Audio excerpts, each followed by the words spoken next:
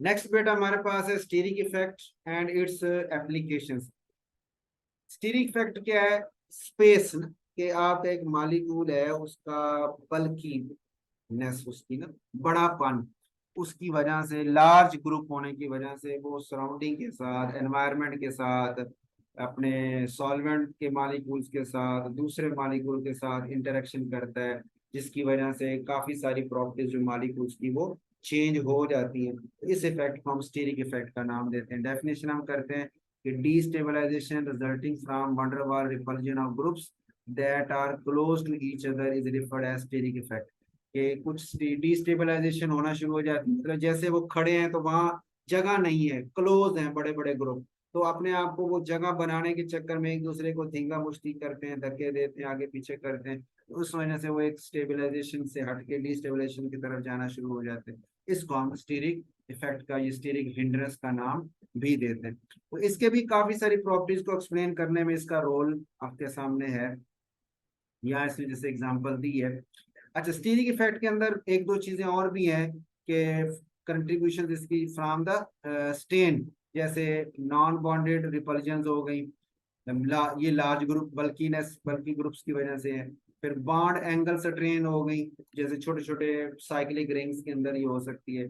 Bond stretch होता है या कंप्रेस होता है, जिसकी वजह से स्टीरिक जो है ना वो हिंड्रेंस या स्टीरिक इफेक्ट जो है वो आना शुरू हो जाता है। अब इसकी एग्जांपल उसने दी है। फर्स्ट उसने बात की है कि stability of two geometric isomers, यानी सिज और ट्रांस को कंपैरिजन करें आप, तो बल्कि ग्रुप सिज के केस में जो बल्कि बड़े ग्रुप्स हैं वो एक ही तरफ है, और जो ट्रांस वाले केस में वो अपोजिट हैं। तो अपोजिट में वो होने का मतलब वो स्पेस में इजीली रह सकते हैं ना, तो वो ज्यादा स्टेबल शक्ल में आ जाते हैं, तो इसलिए हम कहते हैं ट्रांस जो है वो ज्यादा स्टेबल फॉर्म होती है सिज की निस्बत से। ठीक हो गया। फिर इस तरह हाइड्रोलिसिस ऑफ हेलो अल्केन, आपने पढ़ा हुआ है SN1 SN2 रिएक्शंस पढ़े हैं अल्काइल हैलाइड्स के ना, तो उसके अंदर आप पढ़ते हैं जब हाइड्रोलिसिस करते हैं तो SN2 जो मैकेनिज्म है वो एक स्टेप में होता है, जिसमें एक सबस्ट्रेट के ऊपर न्यूक्लियोफाइल आके बैक साइड से अटैक करता है, जिस साइड से हैलोजन कार्बन से जुड़ी होती है अल्फा कार्बन से, उसकी अपोजिट साइड से अटैक करता है और उसको वहां से रिमूव कर देता है। इसका स्ट्रक्चर इसने यहाँ शो नहीं किया, इसको मैं आपको ऐसे शो कर देते हैं कि जैसे ये एक आपके पास स्ट्रक्चर हो, ये क्लोरीन है, ठीक है, और ये आपके पास कार्बन है, ये मैं ऐसे शो करूँ, ये आपके पास फंक्शनल ग्रुप जिस कार्बन से जुड़ा उसे हम अल्फा कार्बन कहते हैं, ये अल्फा कार्बन है। तो अल्फा कार्बन के ऊपर आपके पास एक न्यूक्लियोफाइल आके ये अटैक करता है, ठीक हो। अच्छा, जब ये अटैक करता है तो बैक साइड अटैक होता है, बैक साइड अटैक करता है जिस साइड जुड़ो उसकी अपोजिट साइड से, और ये वाला आपका हाइड्रोजन यहाँ से ट्रांजिशन स्टेट बनाने के बाद निकल जाता है ना SN2 के अंदर। और जब SN1 की बारी आती है तो उसमें आप कहते हैं कि सर उसमें तो था टर्शरी जो कार्बोकेटायन है, टर्शरी अल्काइल हैलाइड आपके पास होता है।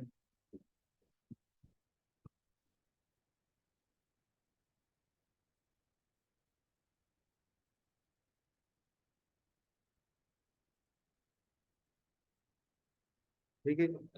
अच्छा, अब ये टर्शरी अल्काइल हैलाइड इस फॉर्म में, अब इसमें चूंकि बैक साइड अटैक तो पॉसिबल नहीं है ना, तो स्टीरिक, ये जो बड़े बड़े ग्रुप जुड़े हुए हैं इन्होंने स्टीरिक इफेक्ट शो किया है, स्टीरिक हिंड्रेंस शो की है, कि अब वो जो OH ग्रुप था वो बैक साइड अटैक इस पे नहीं कर सकता। तो ये जो टर्शरी अल्काइल हैलाइड आपका होता है ये कभी भी SN2 मैकेनिज्म को फॉलो नहीं करता, ये SN1 को करता है, जो दो स्टेप्स में होती है। पहले स्टेप में ये हैलोजन आपका ग्रुप यहाँ से हैलोजन रिमूव हो जाता है, आयोनाइज होके ना अलग हो जाता है, और ये आपके पास एक कार्बो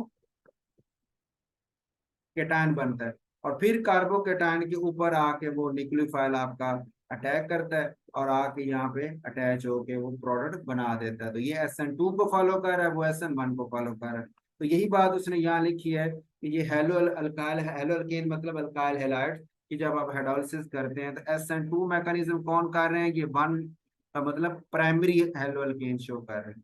ठीक है, जो टर्शरी वाले 3 का मतलब होता है टर्शरी हेलो एल्केन, वो SN1 को फॉलो कर रहे हैं। ठीक है, और जो प्राइमरी वाले हैं वो SN2 को फॉलो कर रहे हैं। तो ये स्टीरिक हिंड्रेंस की वजह से ऐसा है कि टर्शरी वाला उधर जा रहा है। अच्छा, उसकी वजह दूसरी इसने एक जुमला ये भी लिखा है कि वो SN1 क्यों जाता है कि उसमें कार्बोकैटायन बनता है, और टर्शरी कार्बोकैटायन चूंकि ज्यादा स्टेबल होता है प्राइमरी की निस्बत से या आपकी जो सेकेंडरी की निस्बत से। ये आपने हाइपर कॉन्जुगेशन का जो टॉपिक है उसके अंदर ये डिस्कस किया हुआ है कि टर्शरी कार्बोकैटायन जो है वो सेकेंडरी या प्राइमरी की निस्बत से ज्यादा स्टेबल होता है। तो वो कार्बोकैटायन की स्टेबिलिटी की वजह से वो आसानी से बन भी जाता है और न्यूक्लियोफाइल आके उस पर अटैक करके प्रोडक्ट बना लेती है। अच्छा, effect of steric hindrance on nucleophilicity, nucleophilicity पे क्या इफेक्ट पड़ता है? तो उसमें इसने एग्जांपल दी है कि जैसे आपके सामने वो टर्शरी ब्यूटॉक्साइड आयन है, कहता है ये स्ट्रॉन्ग बेस है मेथॉक्साइड की निस्बत से, लेकिन न्यूक्लियोफिलिसिटी में ये बहुत कम है। एक आपके पास है मेथॉक्साइड आयन,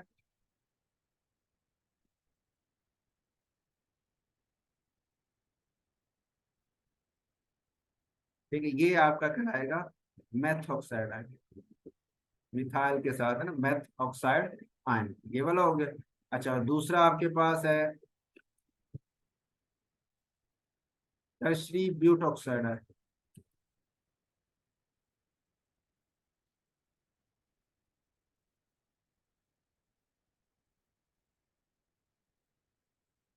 ये टर्शरी ब्यूटाइल है, ठीक है, इसके साथ ऑक्सीजन लगा लें और उसे -4 दे दें तो ये टर्शरी ब्यूटॉक्साइड बन जाएगी।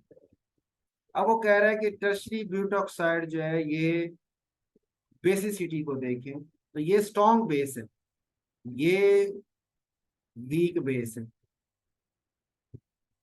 ये स्ट्रॉन्ग बेस है, जुमला उसका था ना ये कि tertiary butoxide ion is a much stronger base about 100 times than methoxide, कि मेथॉक्साइड आयन की H+ आयन के हासिल करने की जो सलाहियत है वो कम है और टर्शरी ब्यूटॉक्साइड आयन की ज्यादा है। वजह इसकी क्या है?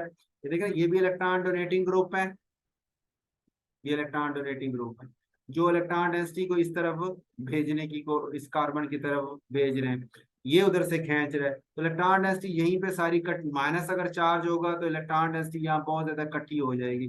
तो मीडियम के लिए इसको हल करना अपने अंदर बड़ा मुश्किल हो जाएगा, तो इसका आयन की शक्ल में रहना मुश्किल है। ठीक हो गया? तो आयन की शक्ल में रहना मुश्किल का मतलब ये कि H+ ऐसे अगर कहीं से मिलते हैं तो बड़ी भाग के ये लेगा ताकि मैं अपने इस माइनस को तो बैलेंस कर लूँ ना। जब ये बैलेंस बैलेंस हो जाएगा, लेकिन माइनस जब बैलेंस होकर सिर्फ OH बन जाएगा तो अब वो न्यूट्रल मॉलिक्यूल बन गया। अब इनके डोनेटिंग इफेक्ट की जो भी होगा उसकी वजह से इतना ज्यादा इफेक्ट नहीं होगा और ये OH हाइड्रोजन बॉन्ड वगैरह बना के पानी के अंदर या मीडियम के अंदर अपनी सॉल्युबिलिटी को शो कर सकता है, स्टेबल बना सकता है। लेकिन जब ये होगा, शक्ल होगी, तो अब पानी के मॉलिक्यूल को इस माइनस चार्ज को बैलेंस करना पड़ेगा और इसके इन मिथाइल ग्रुप के इलेक्ट्रॉन डोनेटिंग इफेक्ट की वजह से वो माइनस की इंटेंसिटी और ज्यादा होगी, इसका इस शक्ल में रहना मुश्किल हो गया, इसलिए इसकी बेसिसिटी ज्यादा है। H+ आयन बड़ी जल्दी गेन करेगा इसके मुकाबले में। ठीक हो गया? फिर उसने दूसरा जुमला लिखा, लेकिन न्यूक्लियोफिलिसिटी को देखें तो वो जो लेटर है उसकी ज्यादा है, यानी मेथॉक्साइड ज्यादा स्ट्रॉन्ग न्यूक्लियोफाइल है उसकी निस्बत से। न्यूक्लियोफाइल का मतलब होता है कि उसने जाके अटैक करना है अल्फा कार्बन के ऊपर, जो अभी हमने पीछे बात की थी।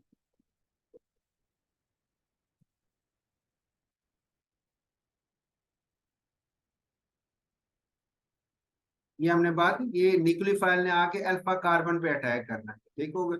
तो जो छोटी बेस होगी, जो आपकी सॉरी छोटा न्यूक्लियोफाइल होगा, ये अब मेथॉक्साइड एंड छोटा न्यूक्लियोफाइल है, इसके लिए आके इस कार्बन पे या इस सेकेंडरी कार्बन पे यदि 2 कार्बन हो जाए, इथाइल ग्रुप हो जाए और थोड़ी सी इसमें ग्रुप आके 1-2 लग जाए, तो उसमें इसके लिए अटैक करना आसान है, साइज छोटा होने की वजह से अल्फा कार्बन पे अटैक इसका इजी हो जाएगा। तो ये स्ट्रॉन्ग न्यूक्लियोफाइल है, ये लार्ज साइज की वजह से अल्फा कार्बन की ओर तक अप्रोच और फिर अटैक करना इसके लिए मुश्किल है, इसलिए ये जो टर्शी ब्यूटॉक्साइड है वो वीक न्यूक्लियोफाइल बन जाता है।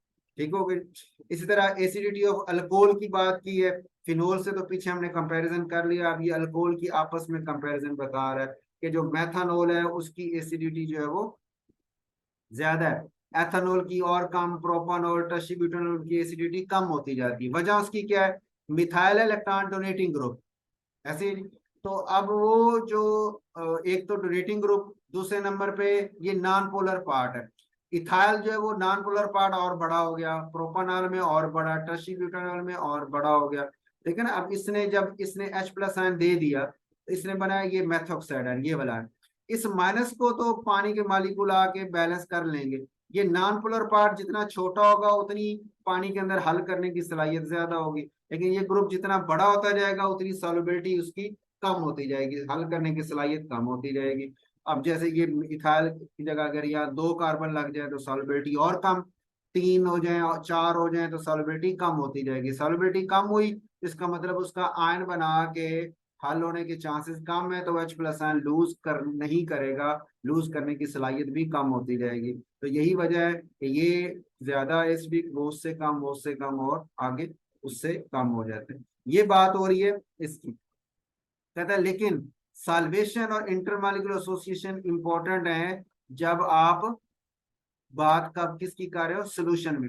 लेकिन कहता है गैस फेज की बात करें, गैस फेज में जहां पे साल्वेशन का कोई चक्कर नहीं है, सोल्यूशन का, तो उसमें अगर आप देखें तो वो इसमें ऑर्डर जो है वो रिवर्स हो जाता है। मतलब उसमें आपकी जो एसिडिटी का ऑर्डर है वो H प्लस, पर इसमें तो हम इतनी बात इस वक्त यहाँ नहीं करते, क्योंकि H प्लस आयन जो है वो लूज करने के लिए वाटर का मीडियम का होना तो जरूरी है। तो मीडियम होगा वाटर का सोल्यूशन का, तो फिर ही H प्लस आयन वो दे सकता है।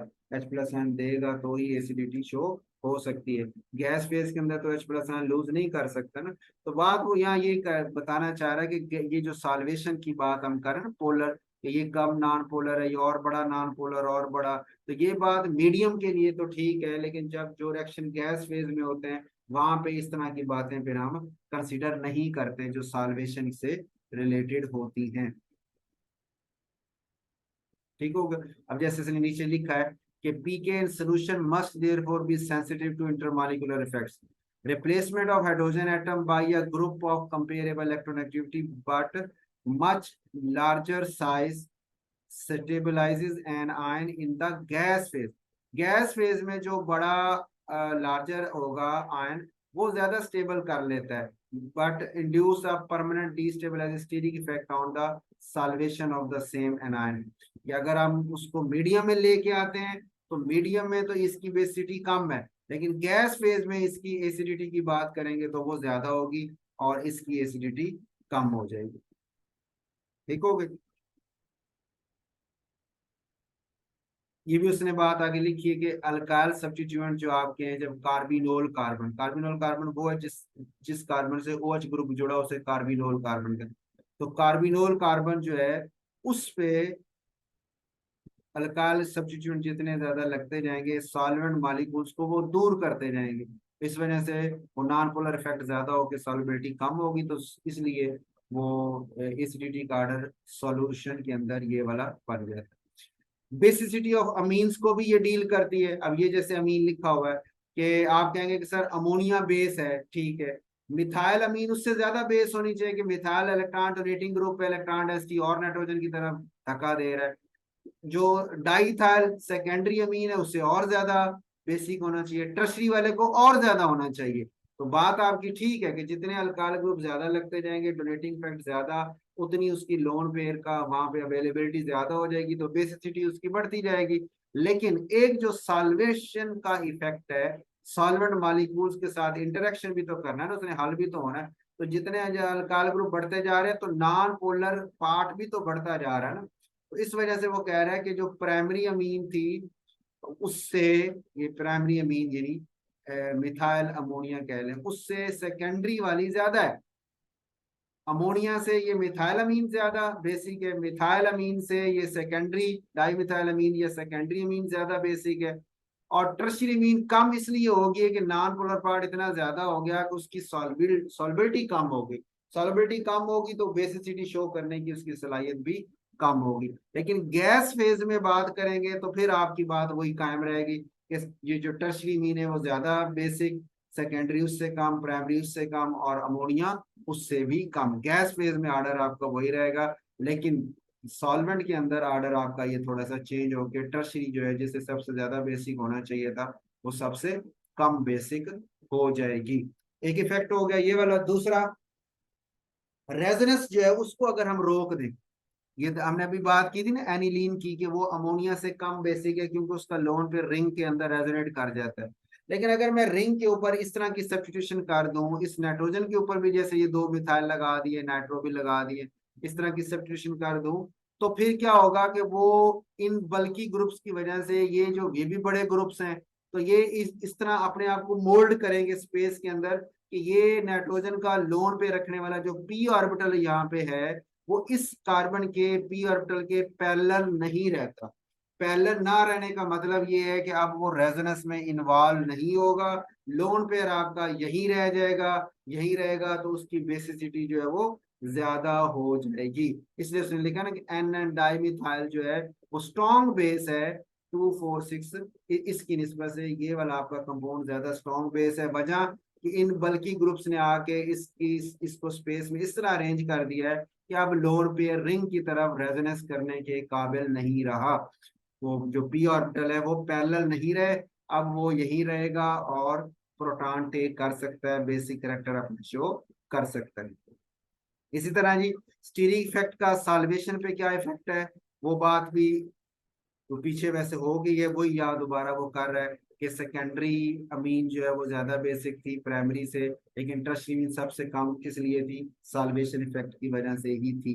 ये टर्शरी मीन पानी कहते ऐड होता है तो ये वाली शक्ल बनती है NH+ और फिर OH- के साथ, लेकिन ये बहुत ज्यादा उसकी कम उसकी सॉल्युबिलिटी है, इतना ज्यादा ये नॉन पोलर पार्ट होने की वजह से, इसलिए वो उसकी बेसिसिटी कम। लेकिन गैस फेज के अंदर ये उसने लिखा इन गैस फेज टर्शरी अमीन जो है वो ज्यादा बेसिक है सेकेंडरी से, वो ज्यादा प्राइमरी से, और वो ज्यादा अमोनिया से। ठीक हो गया। स्टीरिक इनिबिशन ऑफ रेजोनेंस, इसी तरह ये रेजोनेंस में भी स्टीरिक इनिबिशन, यही एग्जांपल यहाँ भी यही हुआ ना इसमें, रेजोनेंस को उसने रोक दिया। इसी की एग्जांपल यहाँ पे उसने और भी दी है कि ये देखें यहाँ पे भी इन बड़े ग्रुप्स ने इसकी कॉन्जुगेशन को रोक दिया, यहाँ पे भी एन के ऊपर दो मिथाइल लग गए, ये बेसिक है, लेकिन ये जब दो मिथाइल आर्थो पे भी लग गए और ये भी, तो ये वाला उससे ज्यादा बेसिक है। और वजह यही है कि आपने बताना है कि सर बल्कि ग्रुप्स की वजह से उसकी अरेंजमेंट ऐसी हो गई कि लोन पेयर अब उस बंदी रिंग के प्लेन के पैरेलल नहीं रहा, तो वो उसमें रेजोनेंस शो नहीं कर सकता, इधर ही अवेलेबल रहेगा, प्रोटॉन टेक कर सकेगा और बेसिक कैरेक्टर भी ये शो कर सकेगा। ठीक होगा जी। तो यहाँ तक ये आपका जी स्टीरिक इफेक्ट वाला भी टॉपिक आपका मुकम्मल हो जाता है।